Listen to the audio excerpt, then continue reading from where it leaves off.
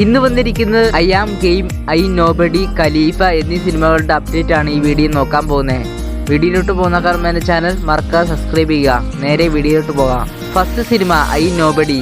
നിസാം ബഷീർ സംവിധാനം ചെയ്ത് പൃഥ്വിരാജ് സുകുമാരനും പാർവതി തിരുവോത്തും പ്രധാന വേഷം ചെയ്യുന്ന ക്രൈം സസ്പെൻസ് ത്രില്ലർ മൂവിയാണ് ഐ നോബഡി. നിസാം ബഷീറിന്റെ മൂന്നാമത്തെ ചിത്രമാണ് ഐ നോബഡി. ഒരു സാധാരണക്കാരനായ ഒരു മനുഷ്യൻ അപ്രത്യക്ഷമായ നഗരത്തിൽ നടക്കുന്ന ഒരു വലിയൊരു പ്രശ്നത്തിൽ ചെന്ന് പെടുന്നതും അവിടെ നിന്നുള്ള അയാളുടെ അതിജീവനമാണ് ഈ സിനിമയിൽ കാണിച്ചിരിക്കുന്നത്. ഈ ക്രൈം ആക്ഷൻ സിനിമ ഈ മാസം ജൂലൈ 9 തിയേറ്ററുകളിലേക്ക് എത്തും. അടുത്ത സിനിമ ഖലീഫ.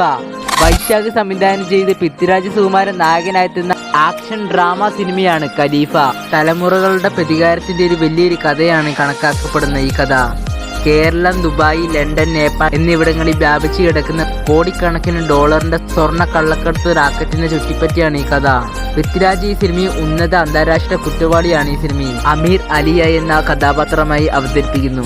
അമീറിന്റെ മുത്തച്ഛനായി മാമറിക്കൽ അഹമ്മദ് അലിയെ അവതരിപ്പിക്കുന്ന മോഹൻലാലാണ്. പൃഥ്വിരാജിന്റെ ഈ ആക്ഷൻ ഡ്രാമ സിനിമ ഓഗസ്റ്റ് 20 ലോകമെമ്പാടുമുള്ള തിയേറ്ററുകളിലേക്ക് എത്തുന്നു. അടുത്ത സിനിമ ഐ ആം ഗെയിം.